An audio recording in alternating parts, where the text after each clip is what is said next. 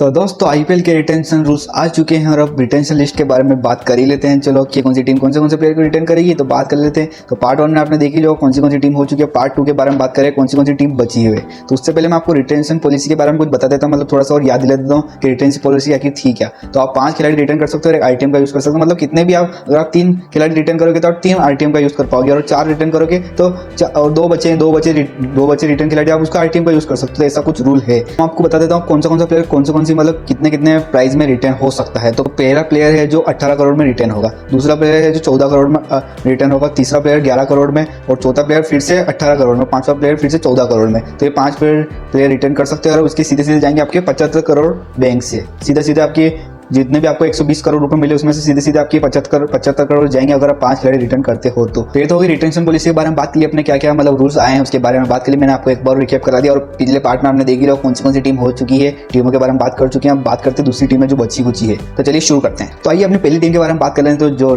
Trophy तो कभी जीती नहीं लेकिन दिल तो हर साल जीते लेते, यानी कि आरसीबी। तो आरसीबी की बात करूँ तो पहले खिलाड़ी के लिए सोचने की जरूरत है, one and only God king Virat Kohli को रिटर्न कर लीजिए। 18 करोड़ की प्राइस में कुछ सोचने की जरूरत ही नहीं है यार। इसमें सोचना क्या, विराट कोहली से लेजेंड आरसीबी को हमेशा से सर्विस करते आए हैं। वो जितने भी साल खेले आरसीबी के लिए खेले, तुमको रिटर्न करना तो बनता ही है। वो 18 करोड़ में रिटर्न हो जाएंगे। दूसरे प्लेयर की बात करूँ मैं तो ग्लेन मैक्सवेल। क्या बोला तूने? दूसरे प्लेयर की बात करूँ तो मैं मोहम्मद सिराज। हाँ, मोहम्मद सिराज को यार रिटर्न कर लीजिए। आपकी टेस्ट में अच्छा खेल रहे हैं, वो T20 में भी, अभी T20 वर्ल्ड कप में भी अच्छा प्रदर्शन किया उन्होंने, तुमको आप 14 करोड़ में रिटर्न कर लीजिए। बात करो तीसरे प्लेयर की, तो तीसरे प्लेयर में आप किसको रिटर्न करेंगे, थोड़ी सी मतलब दुविधा आती है यहाँ पर कि आप किसको करेंगे। यहाँ पर कैमरन ग्रीन है, आपके विल जैक्स है और रजत पाटीदार। अब रजत पाटीदार को आप कितने पैसे देने चाहिए, 11 करोड़ देने चाहिए या नहीं चाहिए, अब ये सवाल उठता है क्योंकि वो मिडल ऑर्डर के एक ताबड़तोड़ बल्लेबाज है। और अपने पिछले साल आईपीएल में देखा ही अपने किस तरह से उसने स्पिन अटैक को क्या धाराशाही करा था। मतलब जो भी स्पिन आया एक ओवर में 2-3 छक्के मार देते थे। तो स्पिन को तो बहुत तगड़ी खेल ही रहे हैं वो। तो बात करो रजत पाटीदार को, या रजत पाटीदार को रिटर्न करिए या कैमरन ग्रीन या विल जैक्स में से एक को रिटर्न कर लीजिए नंबर 3 पर। बस ये 3 रिटर्न करिए, बाकी आप किसी को रिटर्न करने की जरूरत नहीं, सबको जाने दो ऑप्शन में।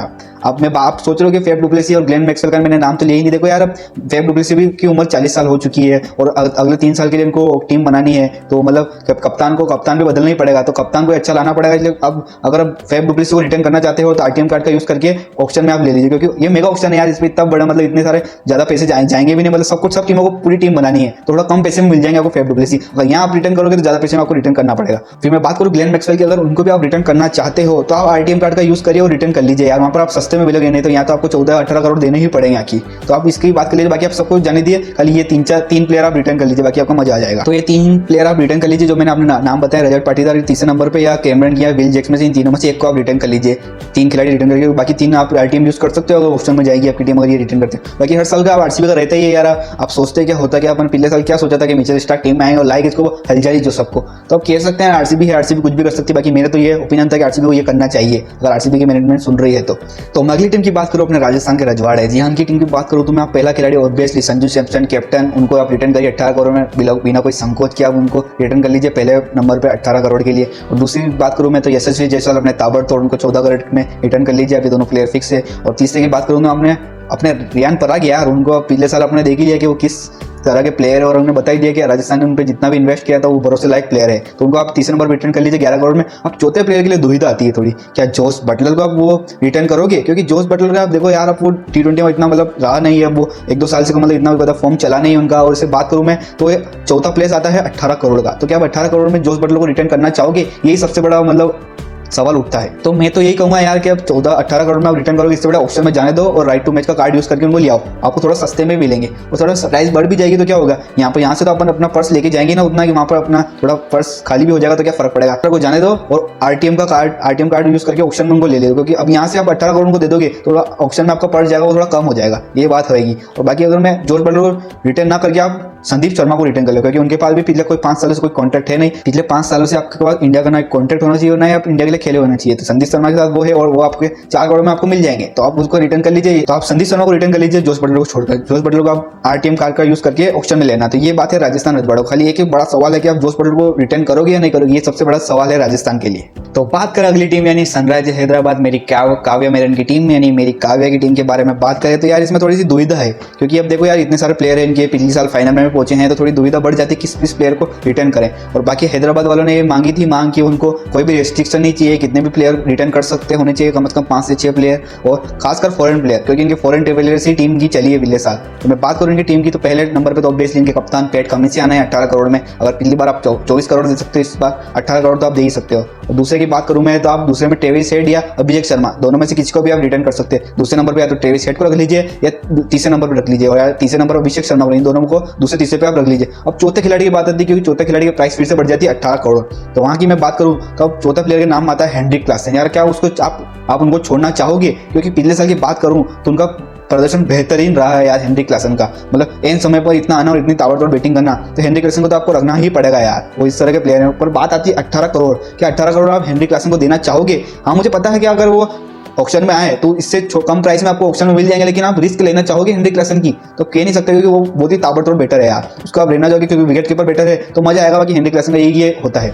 नीतीश कुमार रेड्डी, अब नीतीश कुमार रेड्डी को रिटेन तो कर सकते हैं, लेकिन उनका बांग्लादेश स्क्वाड में नाम आ चुका है, तो वो शायद अपनों को खेलते हुए नजर भी आ भी जाए, फिर उनकी प्राइस 4 करोड़ ना रहकर उनकी प्राइस बढ़ जाएगी फिर। तो इसलिए आप नीतीश कुमार रेड्डी को छोड़ दीजिए, उनको राइट टू मैच कार्ड का यूज करके आप जाना। बाकी मेरे 4 प्लेयर, आपको ये 4 प्लेयर जरूर रिटर्न करने ही चाहिए हैदराबाद, क्योंकि इन्हीं 4 प्लेयर की वजह से ये पिछले साल फाइनल में पहुंची है, तो यार ये तो रिटर्न करना जरूरी है इनको आखिर। तो इसके बाद बात करें अपन 5 टाइम चैंपियन मुंबई इंडियंस की, तो इसमें सबसे बड़ा दुविधा इसमें आती है कि यहाँ पर हो क्या रहा है आखिर। यहाँ पर बहुत सारे प्लेयर है और किसको किसको रिटर्न करे, किसको किसको छोड़े, यहाँ पर बहुत सारी खतरनाक चीजें होती है। यहाँ पर सबसे पहला सवाल तो ये आता है कि रोहित शर्मा इस टीम से खेलेंगे, या इस रोहित शर्मा को आप ये रिटर्न करोगे, या एक और साल रोहित शर्मा खेलते हुए नजर आएंगे। सबसे बड़ा सवाल तो ये है कि रोहित शर्मा मुंबई में रहेंगे या नहीं रहेंगे, रिटर्न होना चाहते हैं या छोड़कर चले जाने जाते हैं। तो यही सबसे बड़ा सवाल है कि रोहित शर्मा रहते हैं तो फिर क्या होगा। अगर एक बार रोहित शर्मा को छोड़ देते हैं तो फिर देखते हैं क्या होता है। बाकी इस पहले बात कर लेते हैं, अगर रोहित शर्मा नहीं होंगे टीम में तो क्या क्या हो सकती है इनकी रिटेंशन लिस्ट। तो मैं बात करूं पहले प्लेयर की तो है जसप्रीत बुमराह। यार बुम को तो आप 18 करोड़ में ही रिटर्न करो, क्योंकि उनके जैसा कोई बॉलर नहीं है, और बुम इज ए बुम यार। मैं बात करूं दूसरे प्लेयर की तो हार्दिक पांड्या। यार हार्दिक पांड्या, हमारा पता है कि 14 करोड़ ही है, लेकिन हार्दिक पांड्या मानी जाएंगे पिछले साल जो भी उसके बाद वो मानी जाएंगे कि 14 करोड़ में। और मैं बात करूं मैं तीसरे प्लेयर की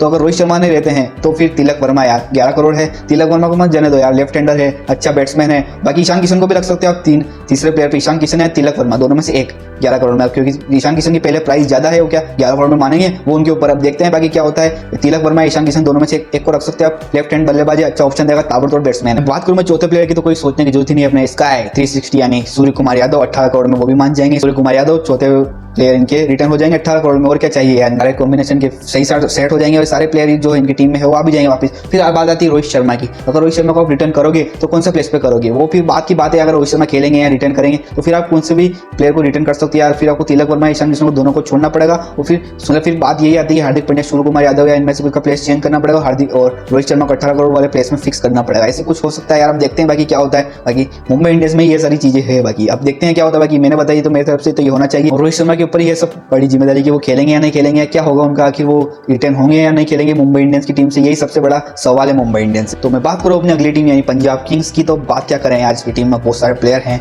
और कुछ सालों से उनका प्रदर्शन की बात करूं तो कुछ ज्यादा कोई खास रहा नहीं पिछले साल भी। तो अब देखते हैं इसकी टीम में क्या क्या रिटेंशन हो सकते हैं। बाकी अपनी प्रीति जिंटा की टीम है यार, आखिर इस प्रीति जिंटा की टीम को थोड़ा सीरियस तो लेना पड़ेगा ना यार। बाकी पंजाब की टीम के बारे में बात करूं तो सिर्फ 2 प्लेयर को रिटर्न करना चाहिए इनको, एक तो आशुतोष शर्मा और शशांक सिंह, इन दोनों को आप रिटर्न कर लीजिए। 4-4 करोड़ में दोनों मिल जाएंगे आपको, और आपके ज्यादा पैसे के साथ आप ऑप्शन में भी जा सकोगे। बाकी सबको जाने दो, इसकी बहन का सबको जाने दो ऑप्शन में, और फिर से नई टीम बनाओ। सबसे सेंसिबल डिसीजन होगा इस टीम का, अगर सबको जाने देंगे और एक नई टीम बनाएंगे तो, क्योंकि ये 2 प्लेयर को रिटर्न करोगे आप तो सही रहेगा, क्योंकि इन्हें फिलहाल इन दोनों का प्रदर्शन बाकी काफी कमाल का था, मजा आ गया था इनको देखकर, ताबड़तोड़ बैटिंग करते दोनों। तो ये इन दोनों को रिटर्न कर लीजिए और बाकी सबको जाने दे। और मैं बात करूँ सेम करने की, तो यार सेम करने को रिटर्न करके आप करोगे क्या? अगर आप उनको अगले साल कैप्टन नहीं बनाना चाहते तो उनको रिटर्न मत करो। और सेम करने का पहले प्राइस 18.5 करोड़ है, उनको वापस 18 करोड़ में आप रिटर्न करोगे तो उनकी प्राइस इतनी अब कोई हैवी नहीं, क्योंकि वो मेगा ऑक्शन में आएंगे, इससे सस्ते में आपको मिल जाएंगे। तो राइट टू मैच का कार्ड यूज करके सेम करने को वापस पंजाब में ला सकते हैं। मैं बात करूँ अपने लिविंगस्टोन की, तो वो भी आपको राइट टू मैच कार्ड से मिल ही जाएंगे, उनकी प्राइस भी थोड़ी कम होगी, वो भी आपको राइट टू मैच कार्ड में मिल जाएंगे मेगा ऑक्शन में, तो उनका भी जाने दीजिए आप। और बात करूँ जोनी बेस्टो की, वो भी आपको मिल जाएंगे यार सस्ते में, उनका भी कोई प्रदर्शन कुछ ज्यादा खास थोड़ा रहा था, बाकी ठीक है, थोड़ा 50-50 रहा था, एवरेज थोड़ा प्रदर्शन रहा था, वो भी आपको थोड़ा कम प्राइस में मेगा ऑक्शन में मिल जाएंगे। तो इन 2 प्लेयर को आप रिटर्न करिए, बाकी सबको जाने दो। बाकी देखते हैं फिर प्रीति जिंटा जी क्या करते हैं आखिर। तो ये थी पंजाब की बात। तो ये बात के लिए अपन ने सारी टीमों की रिटेंशन लिस्ट के बारे में। बाकी देखते हैं अभी 31 अक्टूबर लास्ट तारीख है, जब तक सारी टीमों की रिटेंशन लिस्ट आएगी अपनी कितनी सही होती है कितनी गलत होती है ये पता चल ही जाएगा। कि आपको वीडियो कैसी लगी कमेंट बॉक्स में जरूर बताना, और आपकी क्या ओपिनियन है, मतलब कौन से प्लेयर को रिटर्न करना चाहिए, कौन से प्लेयर को जाने देना चाहिए, कमेंट बॉक्स में जरूर बताना। बाकी मैं मिलूंगा आपको अगले वीडियो में, जब तक के लिए जय बाबारी।